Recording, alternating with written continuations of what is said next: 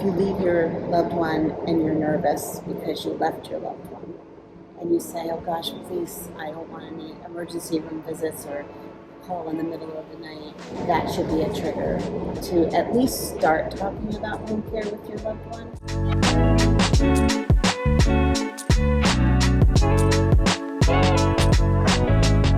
Hello everyone, Kelly here from 𝐂𝐲𝐭 𝐒𝐡𝐞𝐥𝐢. I am joining you today from Princeton, New Jersey. I go back and forth to both states. So I'm in Princeton today. I'm at Akin Senior Services with Sheli. Probably a lot of our counterparts already know Sheli because she is involved with so many things. But first and foremost, she is the Executive Director of Akin. And we're going to talk a little bit about home care. So again, the purpose of these videos is to explain resources to people who don't know that they're out there. And so a lot of people don't know what is offered with home care, what's involved, and what's covered. So home care has a lot of different facets. It can help anybody from just a few hours a day to full-time care and aging in place at home for many years. Mm-hmm. The people who need home care are fall risks, people that if you leave your family, if you leave your loved one and you're nervous because you left your loved one, and you say, oh gosh, please, I don't want any emergency room visits or call in the middle of the night. Whenever there's that, not having a peace of mind when you leave the house and you leave your loved one, that should be a trigger to at least start talking about home care with your loved one. Most of the time, many seniors are so reluctant to having a stranger in the house. It feels like an intrusion. It is an intrusion. Like, I put myself in their shoes and I say, well, I wouldn't want somebody in my house, in my kitchen, cooking me meals and helping me take a shower. Like, nobody wants that, but not everybody wants to go to a care community. That is very true. They want to stay in their own. They want to be in their own And home. if the families, like you said, have that very unsettling feeling, then you know something's wrong. Yeah. And then safety has to come first, right? Yes, and safety should come first, but a lot of times we make promises to our loved ones that we really can't keep. So one of the things I always tell families is don't promise what you can't deliver. So we don't want to say things like, I will never put you in an assisted living, or you won't ever have home care because we're going to be here.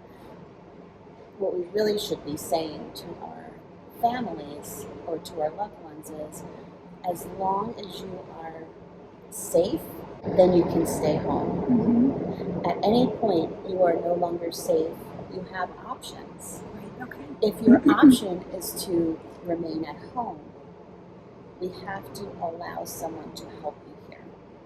If you get to a point where you don't allow someone to help you here, then we have to look at other things that you may not have ever thought, other situations you may never have thought you'd be in. And I'm sure you've seen it because I've seen it. So one of your specialties, you specialize in dementia. Yes.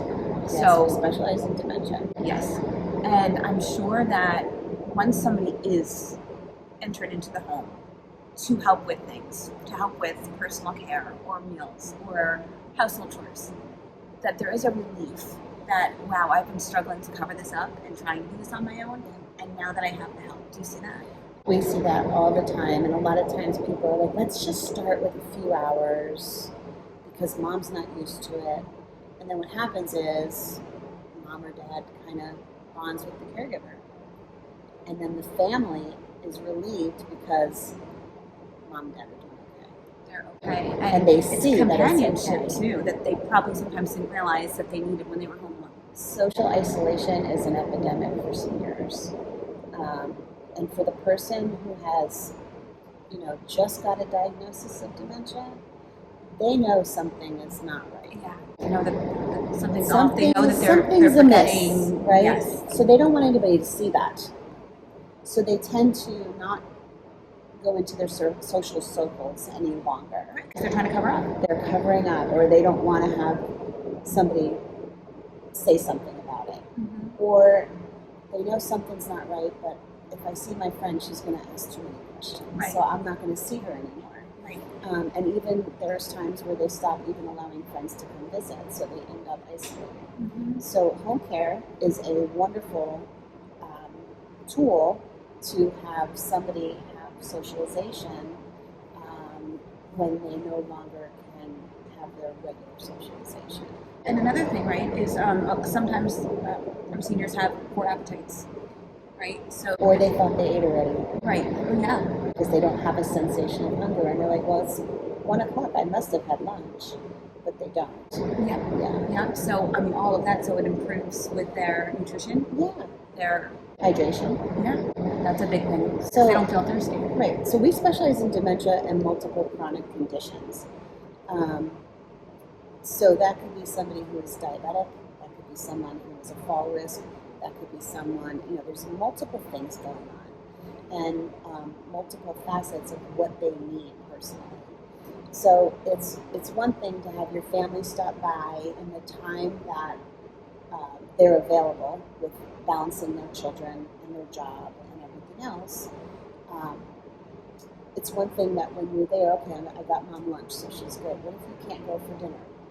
What if, and even so, we specialize also in like we live in like full-time care and 12-hour cases. And the reason for that is people usually need breakfast, lunch, and dinner, right? So if you have that short hour help, it doesn't always meet the need of the client. So your loved one, you can be there for breakfast before you go to work and make sure mom eats, and there'll be a caregiver there at lunchtime, but dinner, we don't know. If they're a fall risk, somebody can finish their shift and the person can fall 3 minutes later. They can fall with the caregiver there. True. Also, however, there's more safety oversight when there's somebody present. And then there's, the overnights sometimes they're long.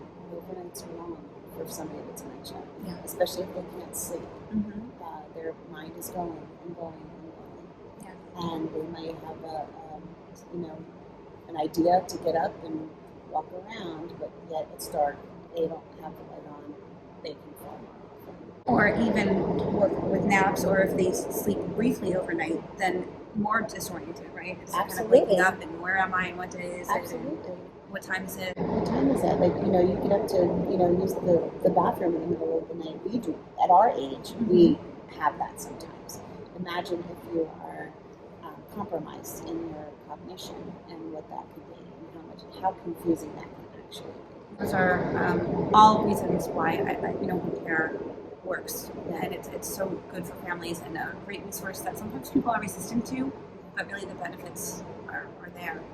I want to comment too that Sheli is very, very involved with a lot of community things, support groups, caring connections, so with professional partners who maybe don't know of that.